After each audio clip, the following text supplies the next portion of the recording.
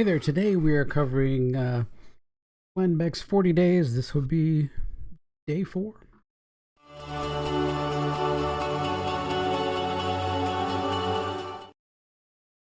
Yeah, this is Tom with Tom's Talk Show. I'm here eating this. I know this looks like a chocolate chip cookie, but this is actually a gluten-free, dairy-free carob chip cookie because my wife cannot have chocolate. So we got to substitute things. Actually, quite tasty. Okay. So today we're on section 4. This is the Noahic Covenant. So some things that we don't know. We look at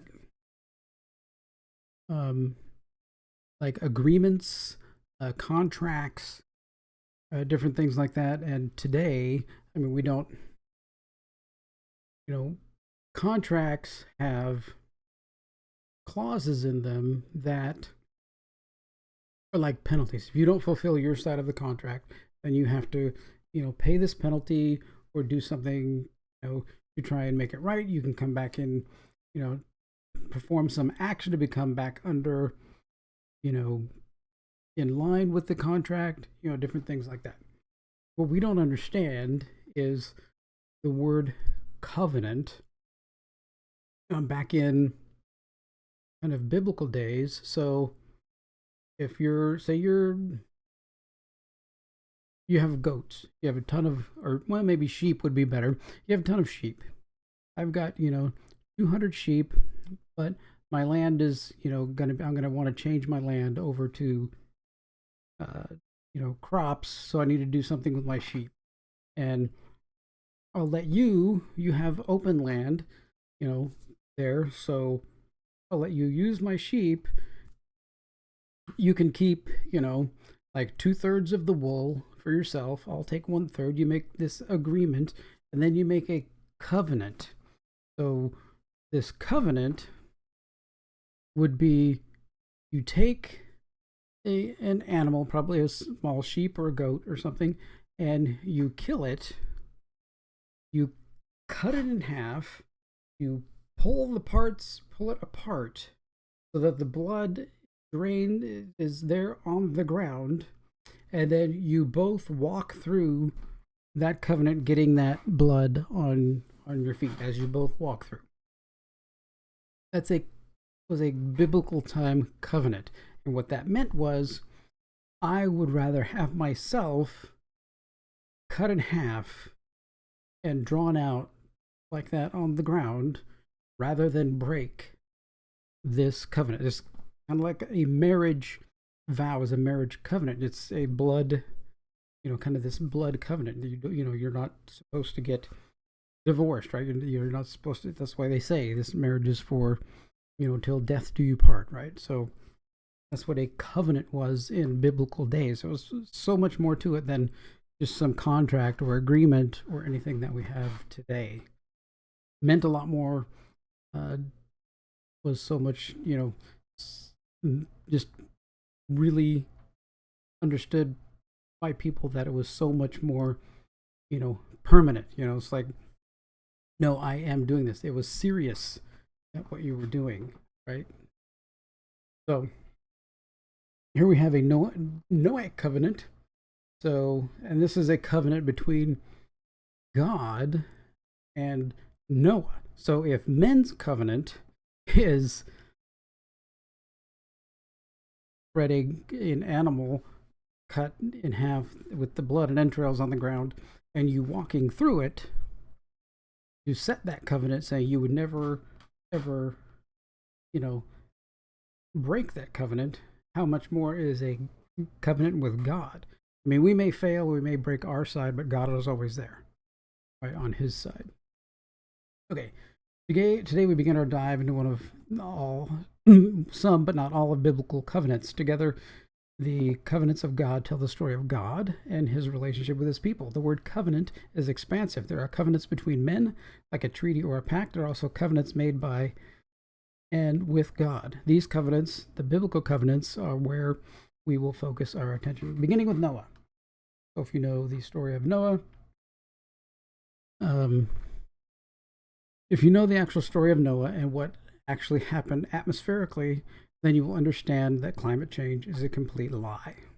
Okay, so if you know that, then, we can go over that at another time. Anyway, so God spoke to Noah and his sons with him and said, "As for me, I am here with establishing my covenant with you, with your descendants after you, and with every living creature that is with you, birds, livestock, every wild animal with you, all of these things."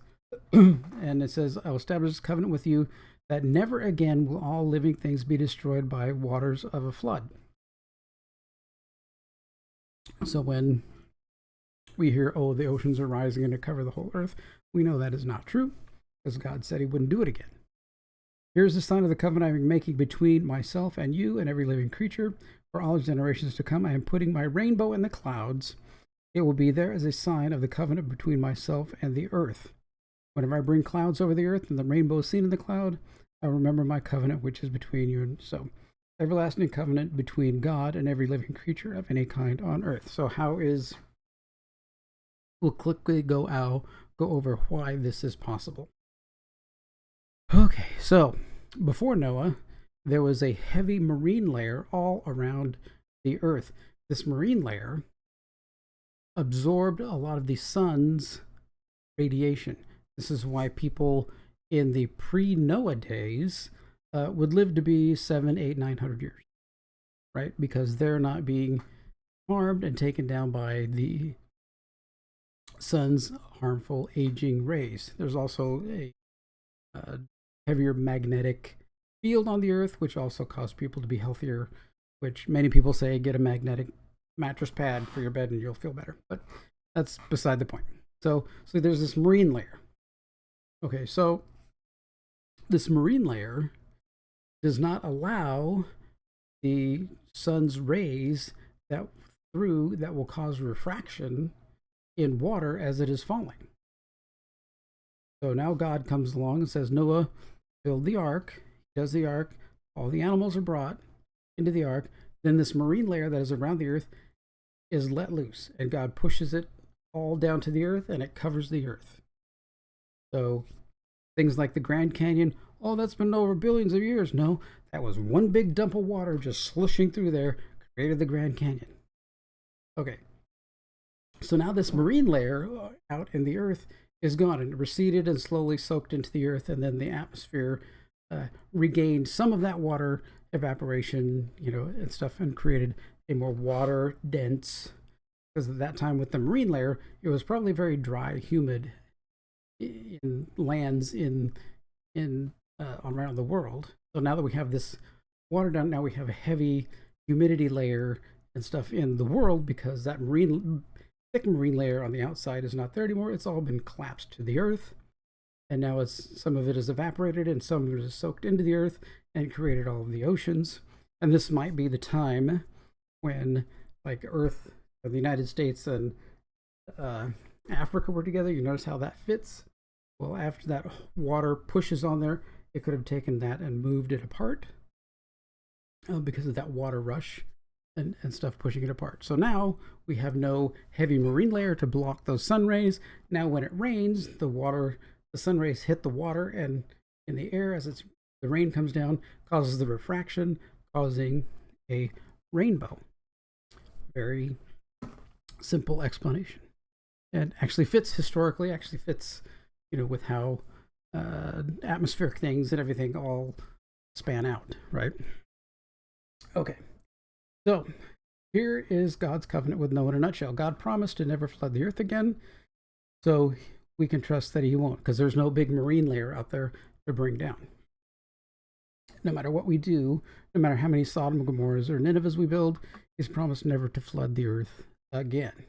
Okay, so this is what is called an unconditional covenant, where other covenants made between two parties have mutual conditions. This covenant doesn't. Think of it as a covenant God made with himself on our behalf. The other thing that separates us from a global watery grave is the faithfulness of God. If God flooded the earth, then naysayers could look and say, "Look, your God isn't faithful. For the sake of God's honor, that will never happen." that doesn't prove we are good. It proves God is good. Yes. And God knows how environments and weather and everything works, right? He created it. He knows how it works. Okay, Matthew 5:45. For he makes the sun shine on good and bad people alike, and he sends rain to the righteous and unrighteous alike. Because we all live on the same earth. Another lesson embedded clearly is the covenant made with Noah and every living creature on earth forever, and that covenants come with outward signs, with visible reminders of the promise. They do not reside exclusively in the realm of the spiritual, but they appear clearly in our realm as well. This is really important to remember as we move through the covenants. In the case of Noah, the outward sign, the reminder of God's unconditional covenant, is a rainbow. In other cases, the sign involves slightly more human interaction. Okay. So what are our things? Here we go. Answer the question below using Genesis 6:9 and 9:19 as your guide. Whew. Of every clean animal, how many couples entered the ark? Of every unclean animal, how many couples entered the ark? Oh, I don't really want to go through that, but okay, you could go through and probably count and find out. There's into the ark, you and your sons and your wife, every living thing of all flesh, you'll bring 2 of every kind in the ark to keep them alive with you, male and female, of the birds after their kind, animals of their kind, every creeping on the ground, take for yourself, some for food which is edible, and gather to yourself, and food for you for them. Thus Noah did according to God had commanded. Okay, then in the flood, there's probably more. They went into the ark 2 by 2. Yep. So flood water subsides. So he had birds, he had other animals, different things, the covenant and the rainbow. So it's all here. You can read that pretty quickly yourself. Okay. Consider, how did Noah know which animals were clean and which were unclean? When the flood began, the water didn't only come from the sky. Where else did it come from? There could have been underground aquifers that were burst open. Like I said, if we're doing the, supposed like Pangea of, the Americas connected to Africa, that tearing apart could have been a huge aquifer coming out. But I think it was more from the marine, this moisture layer that was outside in the atmosphere there. So God described the rainbow as a sign of a covenant between himself and all of man and all of the earth, right? Okay, in Genesis 9:16, God says the rainbow will be in the cloud so that when I look at it, I remember the everlasting covenant. Does God forget? No, he does not. Because God is omnipotent, right? That's one of the attributes of God.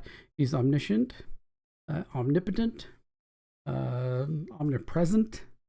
So all of these things, right? So if he can't forget because he knows everything, right? So that's very, very important. Okay. So there we go.